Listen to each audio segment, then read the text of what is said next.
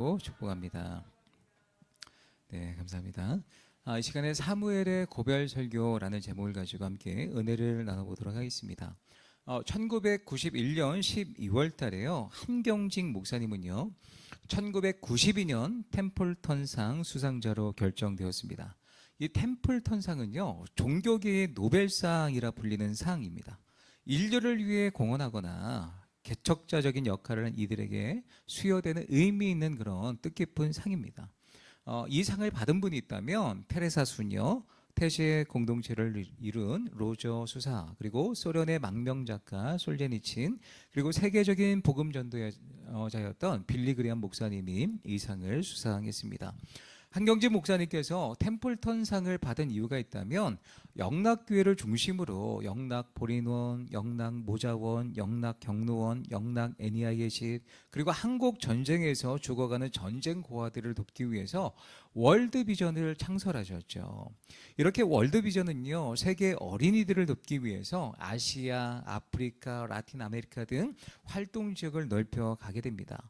이런 선한 영향력의 삶을 사셨기 때문에 템플턴상을 받으신 거예요.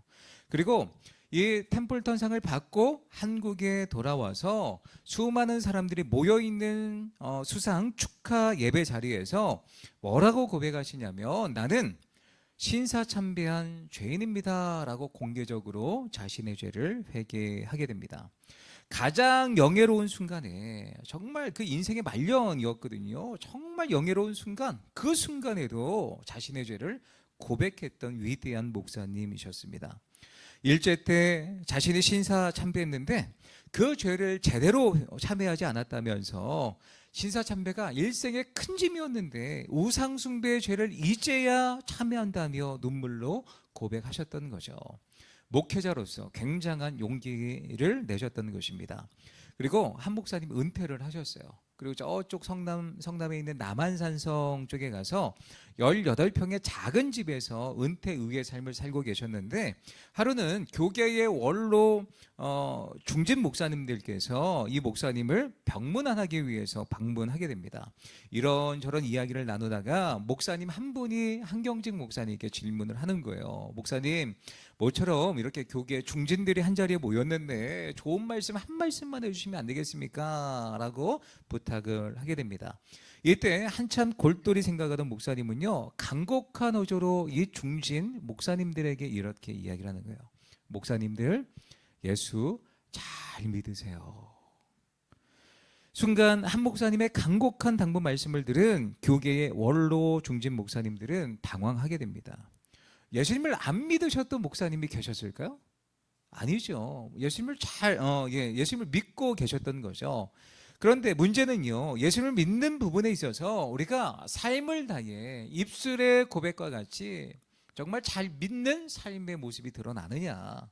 대충 믿지 말고 두렵고 떨리는 마음으로 예수님을 믿으면서 목회를 하라는 거죠. 이렇게 한 목사님은요, 인생의 말년 가운데 자신이 목회 은퇴하시고 사랑하는 후배 목사님들에게 꼭 필요한 한마디가 있다면, 목사님들 예수 잘 믿으세요. 이 한경직 목사님의 말씀이 참 가슴에 와닿지 않습니까? 목사님들만 예수님을 잘 믿어야 됩니까? 아니요. 어쩌면 한경직 목사님은요, 돌아가시기 전에 이 한마디로 예수님을 믿는 모든 자들에게 그런 울림을 주신 것 같아요. 성도님들 예수 잘 믿으셔야 됩니다. 이런 핵심 진리, 목사님들에게 아니면 만나는 모든 자들에게 나누고 싶은 핵심 진리가 아니었을까 생각을 해보게 됩니다.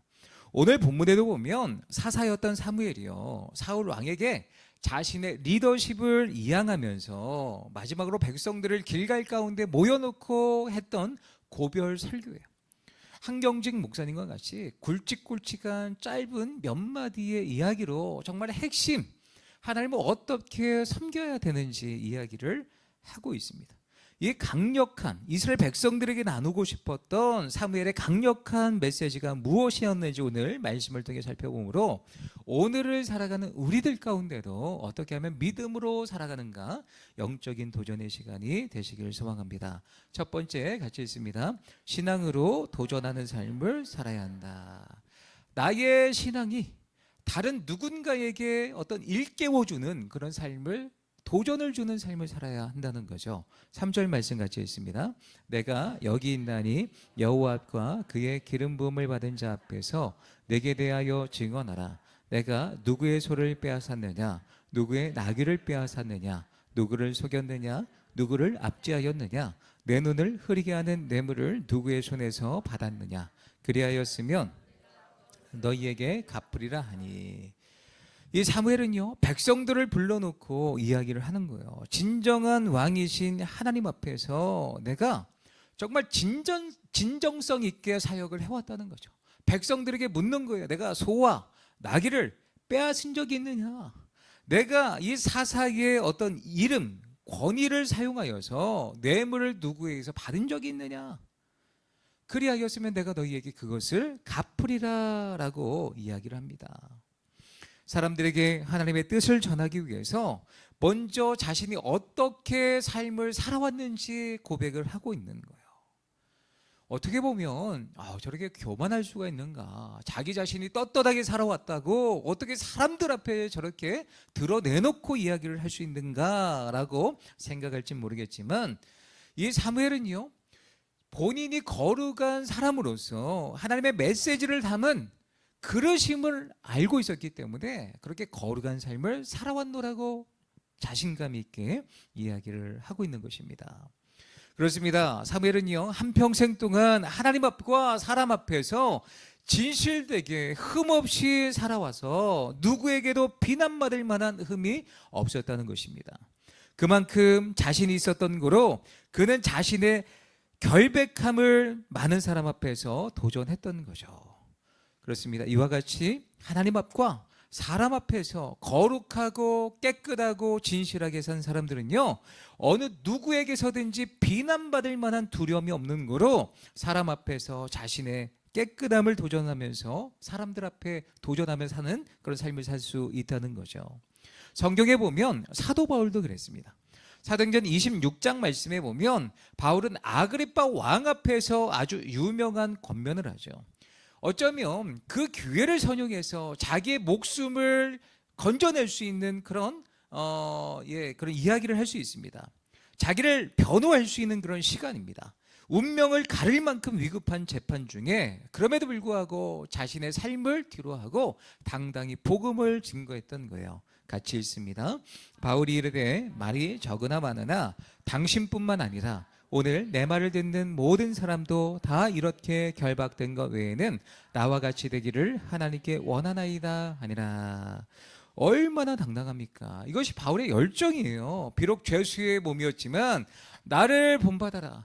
아그리빠 왕이요, 당신도 나와 같이 되기를 원합니다. 이렇게 결박된 것 외에는 여기 있는 모든 사람들, 내 말을 듣는 모든 사람들은 다 나와 같이 되기를 원합니다. 나를 본받으십시오. 나는 행복합니다. 만족합니다. 평안합니다. 예수 안에서 행복을, 기쁨을 누리고 있습니다. 다 나와 같이 되기를 원합니다. 나를 본받기를 원합니다 라고 고백했던 거예요. 더 나아가 사도 바울은요, 고린도 교회에 편지할 때 이렇게 고백합니다. 같이 읽습니다. 내가 그리스도를 본받는 자가 된 것 같이 너희는 나를 본받는 자가 되라. 고린도 교회 성도들에게 너희는 나를 본받는 자가 되라 이야기를 하는 거예요. 우리가 들을 때는요, 사도 바울도 굉장히 교만한 사람처럼 여겨질 수 있습니다. 나를 본받으라는 이 자신감은요, 어디서 나온 것일까요? 그가 말한 대로 그리스도를 본받음으로 이 말이 가능했던 거예요. 그리스도를 본받으면 이전의 삶, 이전의 죄인이었던 어리석음, 이전의 더러움이 다 가려지고 다른 사람에게 본이 되는 삶을 살아갈 수 있다는 거죠. 바울은 다메섹 도상에서 예수 그리스도를 만난 이후 그는 그리스도를 위해 미친 삶을 살았습니다. 하나님과 사람 앞에 부끄러움이 없는 삶을 살았던 거예요. 모든 면에서 본이 되는 삶을 살았습니다. 그래서 자신감이 넘치면서 고백했던 거죠. 이런 자신감이 바울로 하여금 나를 본받으라 할 수 있는 그런 고백의 사람이 되었던 것입니다. 세상을 본받고 사는 어떤 아버지가 있다고 한번 가정해 보실까요? 이 아버지가요, 도박에 빠져 있는 거예요. 늘 술 중독에 빠져 있습니다. 도둑질하고 강도질도 합니다. 조폭이에요. 세상에 정말 망가질 대로 망가진 그런 아버지가 있다고 치자면 그 아버지가 아들에게 너 나를 본받아라. 나와 같이 이렇게 얼마나 이게 조폭이 좋은 삶인지 몰라 라고 나를 본받으라고 이야기하는 부모가 있을까요? 없다는 거죠. 그런 삶을 아들에게 물려주지 않는다는 거죠. 나처럼 살지 말아라. 너는 나처럼 살지 말아라 라고 이야기를 하지 않을까요? 잘못 살고 못된 사람도요, 그런 삶을 자녀에게 물려주지 않도록 그렇게 노력하는데, 사도 바울은 뭐라고 고백한다고요? 나를 본받아라. 내가 예수 그리스도를 믿고 이렇게 평안한 것을 본받으셨으면 좋겠습니다. 내가 예수 안에서 이렇게 기뻐하는 것을 본받았으면 좋겠습니다 라고 고백했던 거예요. 왜 그랬을까요? 예수 그리스도를 만나고 삶의 목적을 찾았기 때문입니다. 그 은혜를 맛보았기 때문입니다. 그리고 그는요, 삶의 목적을 분명히 찾았기 때문에 목적이 불분명한 이리저리 방황하는 그런 인생들에게 분명하게 권고했던 거예요. 삶의 목적이 있습니다. 목적지가 있습니다. 예수님을 믿고 우리가 달려갈 길을 마치기까지 예수 그리스도 안에서 그 십자가를 붙들고 나아갈 때에 우리 가운데 천국과 하나님의 나라가 우리 가운데 주어집니다. 삶의 목적이 분명했던 거예요. 예수 그리스도가 사도 바울의 삶의 목적이었습니다. 무슨 일을 하든 결혼을 하든 운동선수가 되든 우리가 삶의 목적이 누가 되어야 되는 거예요? 예수 그리스도가 되어야 합니다. 우리가 무엇을 먹든지 마시든지 다 하나님의 영광을 위해서 살아가시는 모든 성도님들 되시기를 축복합니다. 그래야 우리의 어떤 삶의 평안과 기쁨이 다른 누군가에게 도전이 되어서 나도 어떻게 하면 천국의 기쁨을 맛봅니까? 이런 도전의 삶을 나눠줄 수 있는 줄 믿으시기 바랍니다. 또한 사도 바울은요, 그리스도의 죽음과 부활을 본받았습니다. 사도 바울은요, 그리스도의 십자가의 죽음과 부활을 본받는다고 고백하고 있습니다. 같이 있습니다. 내가 그리스도와 그 부활의 권능과 그 고난의 참여함을 알고자 하여 그의 죽으심을 본받아. 사도 바울은 그리스도처럼 사는 것은 그리스도처럼 죽음을 받고 그리스도처럼 부활하는 것을 확신했습니다. 그는 순교를 각오했어요. 내가 그리스도처럼 죽어야 그리스도처럼 부활할 것을 믿고 있었던 거죠. 우리는 이 땅에서 유한한 생을 살다가 마지막을 맞이할 것입니다. 우리가 죽음을 어떻게 맞이할 것인가? 우리가 장례식을 가보면 어떤 생각을 합니까? 우리는 어떤 죽음을 맞이해야 하는가? 어떻게 죽음을 맞이해야 하는가? 이런 생각을 해보지 않습니까? 우리가 예수 그리스도를 믿음으로 우리도 결국 죽지 않고 예수님과 같이 부활할 것이다 라는 것을 믿어야 합니다. 예수 그리스도의 십자가와 부활을 본받았던 바울과 같이 우리도 삶의 이유와 목적은 십자가와 부활이 되시기를 축복합니다. 또 사도 바울은요, 예수님의 섬김을 본받았습니다. 그래서 에베소 교회 장로들을 앞에 두고 마지막 사도 바울이 고별 설교를 하는 내용을 보실까요? 같이 있습니다. 내가 항상 여러분 가운데서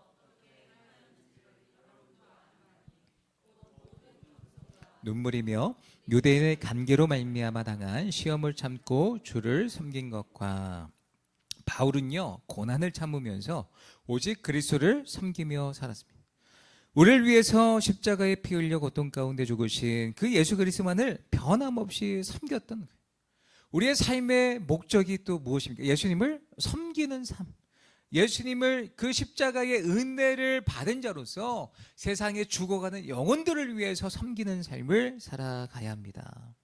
사도 바울은 성도들에게 자신이 어떻게 예수님을 위해 살아가는지 본받아라 이야기를 해요. 삶의 목적과 예수 그리스도의 십자가와 부활, 내가 예수님처럼 섬기며 살아가는 것, 이런 모습을 본받았으면 좋겠습니다 고백했던 거죠. 간단하게 말하면 여러분, 예수 잘 믿으세요. 그런 이야기입니다. 한경직 목사님의 삶의 모습과 같이 사도 바울이 보여준 삶과 같이 우리가 예수님을 믿는 삶을 삶으로 사람들에게 보여줌으로 누군가에게 도전을 주는 귀한 삶을 살아가시기를 축복합니다.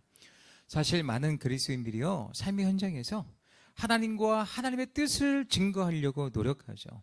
하지만 본론을 말하기도 전에 부딪히는 장벽들이 많습니다.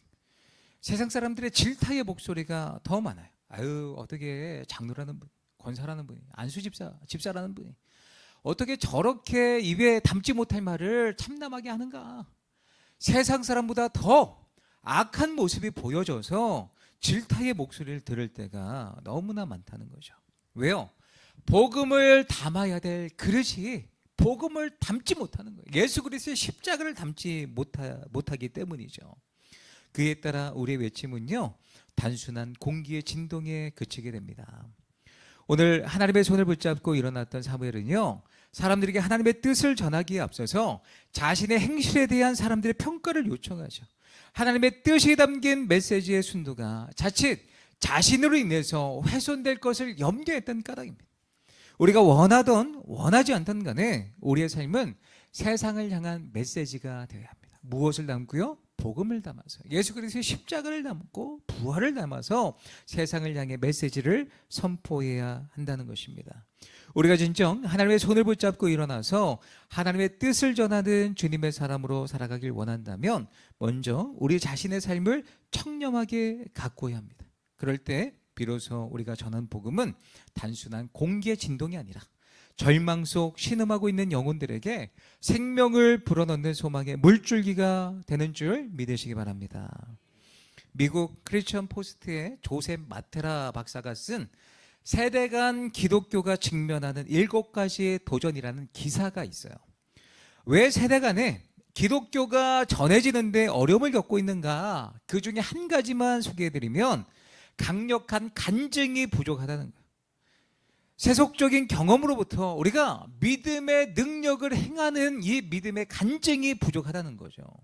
사무엘과 같이, 사도 바울과 같이 하나님께서 구원하신 강력한 간증이 우리의 삶 가운데 나타날 때, 하나님의 기쁨이 우리 가운데 충만해서 모든 악한 것들을 이겨내고 귀신을 내어쫓고 구원함의 기쁨으로 세상을 살아가는 강력한 증거가 우리의 삶 가운데 그릇으로 담아질 때에 많은 자들이 우리의 모습을 통해 도전받고 예수님을 믿게 되는 줄 믿으시기 바랍니다.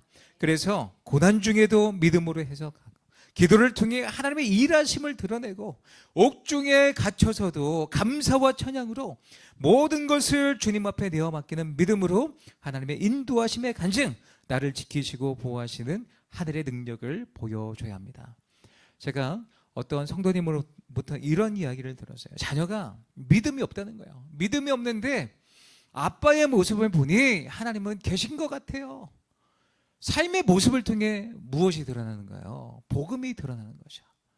그러므로 우리의 삶에 복음을 담는 그릇이다, 이것을 늘 기억하시고 다른 누군가에게 도전을 주는, 나로 인하여서 정말 구원의 역사가 나타나는 도전을 주는 귀한 삶을 살아가시기를 예수님의 이름으로 축원합니다. 두 번째입니다. 사무엘의 고별 설교를 통해서 우리가 깨달을 수 있는 핵심 교훈입니다. 같이 읽습니다. 기도를 쉬는 것은 죄가 되기에 기도를 쉬지 말아야 한다. 기도를 쉬는 것이 죄가 된대요. 오늘 본문은요, 사무엘이 사울에게 모든 통치권을 물려주고 은퇴하는 자리에서 백성들에게 전한 퇴임 연설 가운데 하나예요.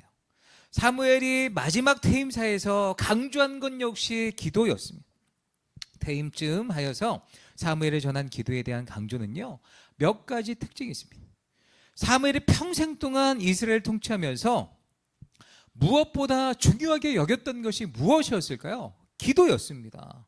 정치인으로서 전략이나 타협과 같은 인간적인 방법이 필요하기도 했겠지만 그는요, 철저히 기도하며 하나님의 은혜를 구했던 사람이었습니다.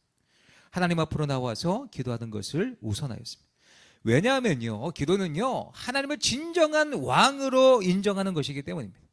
반대로 기도하지 않는다는 것은 하나님을 왕으로 인정하지 않는다는 거예요. 내가 다 할 수 있다는 거예요. 내가 할 수 없는 영역을 인정하면서 하나님의 위대한 왕되심을 인정하면서 그 주권을 인정하며 기도하는 것, 하나님의 왕으로 모시는 믿음의 고백이었던 거죠. 이 사사 사무엘이 활동했던 영적인 상황을 한번 보실까요? 그 시대는요, 여호와의 말씀이 희귀했던 시대였습니다. 이상이 흔하게 보이지 않았던 시대였습니다. 하나님의 선택받은 이스라엘에게 하나님의 말씀이 없다는 것은 이스라엘 백성들이 얼마나 신앙적으로 하나님과 멀어졌는지를 보여주는 장면이죠. 당시에 제사장이었던 엘리 제사장은요, 마땅히 갖춰야 될 영적인 자질을 상실한 지도자였습니다. 자녀를 낳지 못해서 괴로워하고 있는 그 한나, 간절히 기도하고 있는 그 한나를 향해서 엘리 제사장은요, 술에 취한 여자로 치부하게 됩니다. 정말 이 영적인 분별력이 상실했던 사람이었죠. 그런 제사장 엘리 앞에서 자란 그의 자녀들은요, 바른 길을 걸어가는 정상적인 자녀들이 아니었습니다. 백성들이 제물을 제단에 불살라 드리기도 전에 먼저 그들은 날고기를 달라고 요청합니다. 맛있는 고기를 요청하는 거죠. 퍽퍽살은 못 먹겠다는 거예요. 그래서 이런 참담한, 하나님께 예배 드리기도 전에, 제사를 드리기도 전에 그 고기를 취하다가 자신의 욕구를, 쾌락을 즐겼던 자들이 바로 엘리의 아들들이었습니다. 엘리의 아들들의 모습을 보면 회막문에서 수종드는 여인들과 동침하여서 패륜적인 제사장으로서 정말 참남한 짓을 했던 사람이 바로 엘리의 아들들이었어요. 왜 엘리 제사장 가문이 무너졌습니까? 엘리가요, 성경을 보면 엘리가 백성들을 위해서 하나님 앞에 기도했다라고 나타난 장면이 한 군데도 없는 거예요. 이스라엘 최고의 영적인 지도자였습니다. 그런 엘리 제사장을 성경에서 뭐라고 표현하고 있냐면 의자에 앉아 있었고 눈이 어두웠고 비대했다라고 표현을 하고 있습니다. 그만큼 영적으로 둔감했고 그리고 영적인 눈이 가리워졌음을 표현하고 있는 장면이죠. 영적 지도자, 아니 이스라엘 전반적으로 이스라엘 백성들의 기도가 멈춰졌기 때문에 하나님과의 관계가 끊어지고 기도가 멈춰졌기 때문에 죄를 끊어내지 못했던 것입니다. 그래서 사사시대 최악의 시대를 마감하면서 하나님은 새로운 시대를 열어가실 때 무엇을 통해 열어가셨던 거예요? 기도를 통해 열어가신 거예요. 누구의 기도를 통해서요? 한나의 기도를 통해 새 시대를 열어가셨던 거예요. 그리고 이스라엘의 사사로 등장한 사무엘은요, 이스라엘 백성들에게 우선적으로 필요한 것이 신앙 회복임을 알았습니다. 그래서 정말 이 미스바에 모이기 전에 백성들에게 무엇을 이야기합니까? 그들이 섬겼던 모든 이방 신들을 버리게 한 다음에 미스바로 모여서 금식 기도하게 했습니다. 금식 기도를 선포했던 거예요. 그런 기도를 통한 신앙 회복의 결과는요, 에베네셀의 하나님께서 여기까지 우리를 도우셨다, 블레셋을 우레로 물리쳐 주신 그 하나님을 경험하게 됩니다. 그날 이후 그날의 승리는 무엇을 통해 얻게 된 거예요? 사무엘의 기도를 통해 얻게 된 거예요. 사무엘은요, 늘 그의 사역 가운데 중요했던 것이 무엇이었습니까?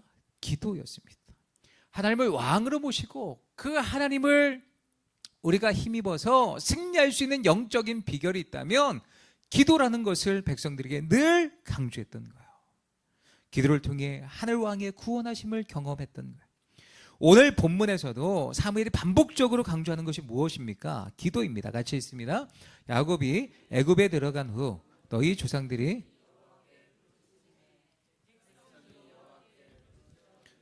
길갈에 마지막 고별 설교를 하며 수많은 이스라엘 백성들 앞에서 기도를 강조하고 있는 거예요. 우리 백성은 인간 왕이 아니라 하늘 왕을 섬기던 자들입니다.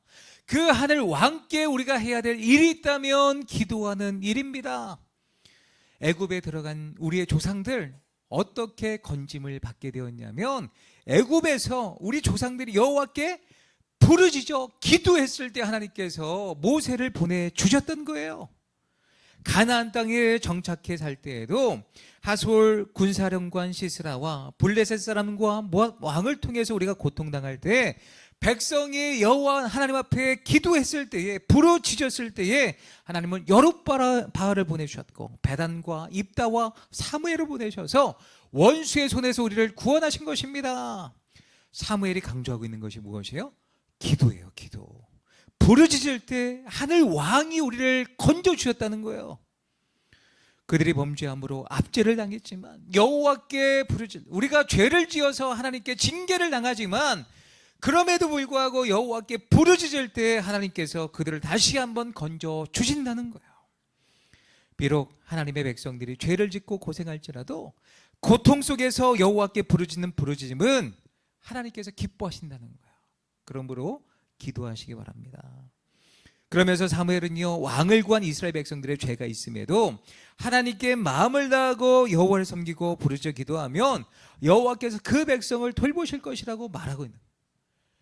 지금 길갈에서 사무엘이요, 백성들을 불러놓고 고별 설교를 하고 있는 이 장면은요, 이스라엘의 사울 왕이 사무엘의 뒤를 이어서 지도자로 세워졌던 그때입니다.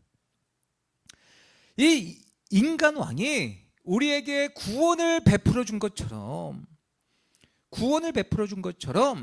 정말 열광을 하고 있었던 그런 때였습니다.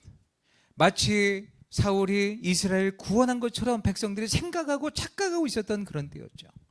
그래서 이스라엘 백성들이 생각하기를, 야, 이제는 더 이상 하늘왕이 없어도 돼. 인간왕 사울이 우리를 구원해 줄 수 있어. 강력한 왕을 얻었어 라고 생각하는 그때에 사무엘은 뭐라고 이야기를 하는 거예요? 아니야, 인간왕이 너희를 구원하는 것이 아니라 하늘왕이 여전히 너희를 구원하고 있어. 그 하늘왕을 잊으면, 하나님 앞에 기도하지 않으면 너희는 결코 승리할 수 없어. 사무엘이 강조했던 것입니다. 인간왕도 하나님을 경외하고 섬기고 기도하지 않으면 하늘왕에게 버림받는다. 사무엘은 강조하고 있는데 14절 15절 말씀 같이 있습니다. 너희를 다스리는 왕이 너희의 하나님 여호와를 따르면 좋겠지만은 여호와의 목소리를 듣지 아니하고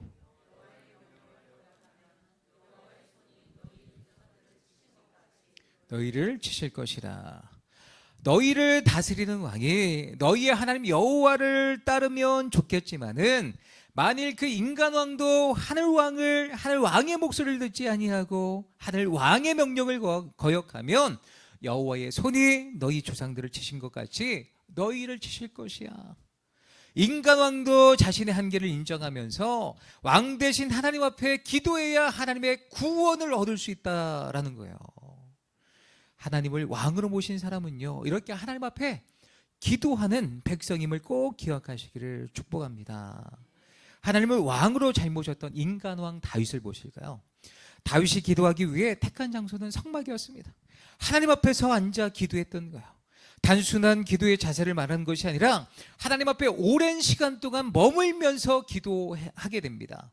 다윗의 기도의 내용을 보면 하나님 앞에서 오래 머물며 기도한 것은 큰 문제, 자신의 문제를 해결받기 위해서 기도했던 것이 아니에요. 그러나 하나님의 크고 위대하심을 묵상하면서 하나님의 은혜를 하나씩 헤아려 보기 위해서 오랜 시간 머물며 하나님 앞에 기도했던 거예요. 우리의 기도는요, 큰 문제 앞에서 길어지죠. 이 질문들은 의문문 형태를 띠고 있습니다. 다윗은 하나님께서 자신을 왕의 자리까지 오르게 하신 것부터 사람을 대하시는 방법에 놀라고 있습니다. 하나님이 다윗을 주목하시고 그를 이스라엘의 위대한 지도자로 세우시는 과정 가운데 자신을 어떻게 대하셨는지를 생각할 때에 그 위대하심에 놀라지 않을 수 없다는 거죠. 하나님의 선하심, 하나님의 인자하심, 낮아지심, 겸손하심, 하나님 앞에 다윗이 깊이 감사하고 있는 거죠. 다윗은요, 자신이 인간 왕이지만 하늘 왕 앞에서 자신이 어떤 존재인지를 늘 돌아보았던 거예요. 그래서 이스라엘의 성군이 되어서 백성들을 하나님 앞에 인도할 수 있는 위대한 왕이 될 수 있었던 것입니다. 기도를 통해 자신의 한계 너머에서 일하시는 주님을 늘 다윗이 의지했던 거예요.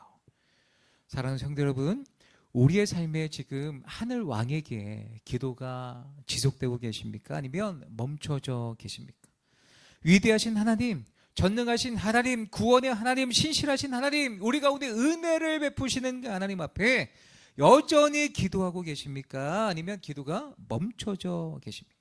우리가 기도하지 않는다는 것은 하나님을 우리의 왕으로 인정하지 않는다는 것입니다. 그러므로 왕 되신 주님께 기도하면서 그 은혜에 감사하시고 다윗과 같이 나를 왕으로 세워주신 그 하나님 앞에 감사했듯이 나의 모든 삶에 지금까지 인도하신 그 하나님 앞에 감사하시면서 기도하시고 또 주님과 친밀한 교제 속으로 나아가시면서 하늘의 지혜를 구하시고 우리 가운데 일하시는 주님을 경험하시기를 축복합니다. 기도가 멈춰지는 것에 대해서 사무엘은 또 이렇게 고백합니다. 같이 읽습니다. 나는 너희를 위하여 기도하기를 쉬는 죄를 여호와 앞에 선하고 의로운 길을 너희에게 가르칠 것인지. 기도를 쉬는 것을 무엇으로 여기고 있습니까? 죄로 여기고 있는 거예요. 기도를 안 하시는 것이 죄가 될 수 있다는 거죠. 무슨 이야기입니까? 죄는요, 성경에서 하마르티아, 관역에서 벗어났다는 의미입니다. 기도하지 않는 것이 하나님께 벗어났다는 거예요. 죄의 본질은요, 기도하지 않는 것에 있다는 것이요. 모든 문제의 원인은요, 하나님과의 교제가 깨어진 것에서 비롯되는데, 그것은 기도의 통로가 막히는 것이기도 합니다. 성경에서 반복적으로 말하는 것이 무엇입니까? 기도에 항상 힘쓰라는 거예요. 쉬지 말고 기도하라는 거예요. 기도는 영혼의 호흡이라고 했습니다. 왜냐하면 우리가 기도를 쉬면 영혼이 죽기 때문이죠. 호흡은 선택의 문제가 아닙니다. 생존의 문제이죠. 생사가 걸린 절대적인 문제입니다. 여러분, 오늘 일어나시면서 오늘 숨 쉬는 게 힘든데 오늘 호흡은 잠깐 쉬었다가 해야 되겠다, 그렇게 생각하시는 분 계십니까? 폐가 너무 지치고 힘들었을 것 같아요. 수십 년 동안 나를 위해 수고했는데 폐야 10분만 쉬었다가 하자. 여러분, 10분 쉬면 어떻게 됩니까? 가능합니까? 쉬는 게? 불가능하죠. 왜냐하면 호흡이 멈추면 죽기 때문이죠. 의학자들은요, 인간의 육체 호흡이 1분 이상 멈추게 되면 산소 결핍으로 뇌가 손상이 된다고 그래요. 3분 이상만 되면 뇌와 심장이 정말 심장에 치명적인 타격을 준다고 합니다. 이렇듯 호흡은요, 육체적 생명 유지에 굉장히 중요한 역할을 하고 있다는 거야. 영적인 호흡인 기도도 마찬가지라는 거예요. 우리 영혼이 살기 위해서는 호흡을 해야 되는데 기도가 영적인 호흡이라는 거예요. 그래서 사도 바울은 데살로니가전서 5장 17절에 쉬지 말고 기도하라 이야기를 해요. 내가 기도를 쉬는 죄를 결코 범하지 아니하겠다. 이 사무엘이 하나님 앞에, 백성들 앞에 결단하고 고백했던 것이죠. 왜 쉬지 말고 기도해야 될까요? 기도를 쉬면 죄 가운데 넘어지기 때문에 그렇습니다. 예수님은 십자가를 지시기 전에 겟세마네 동산에 올라가실 때에 베드로와 야고보와 요한을 데리고 가셨습니다. 그리고 그 제자들에게 기도하라고 여러 번 요청하셨죠. 그럼에도 불구하고 제자들은 잠을 잤던 거예요. 그때 예수님께서 뭐라고 말씀하시냐면 같이 있습니다. 시험에 들지 않게 깨어있어 기도하라. 마음에는 원이로 돼 육신이 약하도다. 왜 기도를 하라고요? 시험에 드니까요. 죄 가운데 넘어지니까 우리가 기도를 해야 된다는 거죠. 기도를 통해 우리가 기도를 하지 않게 되면 우리에게 찾아온 죄의 문제를 우리가 다스릴 수 없다는 거예요. 우리의 마음에는요, 날마다 이 죄의 습관과 죄의 습성이 자라나서 잡초같이 막 자라나요. 그러면 매일같이 그 잡초를 제거하지 않으면 우리는 어느새 우리의 영혼이 죄 가운데 넘어지게 된다는 거죠. 그러므로 매일같이 우리의 영혼에 생긴 잡초를 기도를 통해 제거하시기를 바랍니다. 하나님의 뜻이 아닌, 계획이 아닌 죄악들을 발견할 수 있도록 기도하시고 기도를 통해 모든 죄악들을 뽑아내는 모든 성도님들 되시기를 축복합니다. 이 깨어서 기도하지 못했던 제자들은요, 예수님께서 고난당하실 때에 예수님을 다 버리고 도망간 거 아닙니까?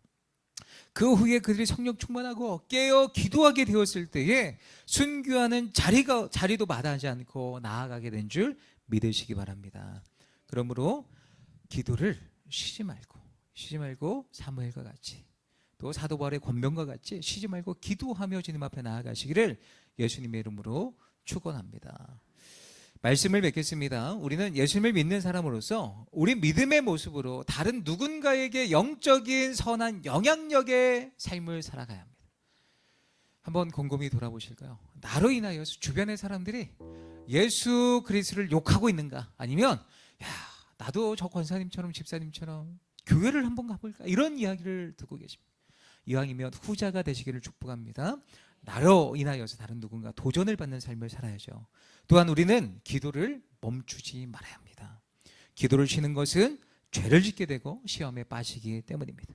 우리의 영혼의 호흡이 멈춰질 수 있음을 기억하며 기도를 쉬지 않고 새벽 예배를 선용하고 수요 예배, 금요 예배를 선용하고, 그리고 기도의 자리에 오지 못한다 그러실지라도 있는 자리에서 기도의 환경을 만드셔서 시간을 떼서 있는 자리에서 날마다 하나님 앞에 기도하심으로 영적인 생명력을 유지하시는 모든 성도님들 되시기를 예수님의 이름으로 축원합니다.